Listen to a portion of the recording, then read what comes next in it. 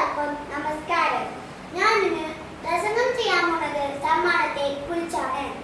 സമ്മാനം എന്നത് പണമടക്കയോ പ്രതിഫലമോ ഒന്നും പ്രതീക്ഷിക്കാതെ മറ്റൊരാൾക്ക് നൽകുന്ന ഒരു ഇനമാണ്. സമ്മാനം പലർക്കും പല രീതിയിൽ നൽകാവുന്നതാണ്. പിറന്നാൾ, പഠനം, കായികം, കല ഉൾപ്പെട്ട പലതിനും മത്സരങ്ങളിൽ നൽകാവുന്നതാണ് സമ്മാനം. നന്നായി പഠിച്ച് നല്ല സ്വഭാവത്തോടെ വളരുന്നത് അച്ഛനും അമ്മയും നാം നൽകുന്ന മികച്ച സമ്മാനമാണ്. നല്ല ടീച്ചർമാർ, നല്ല കൂട്ടുകാർ, നല്ല കുടുംബം ദൈവം നമുക്ക് നൽകുന്ന സമ്മാനമാണ്. എനിക്ക് ലഭിച്ച ഏറ്റവും വലിയ സന്തോഷമുള്ള സമ്മാനമാണ് എൻ്റെ ആദ്യത്തെ സമ്മാനം.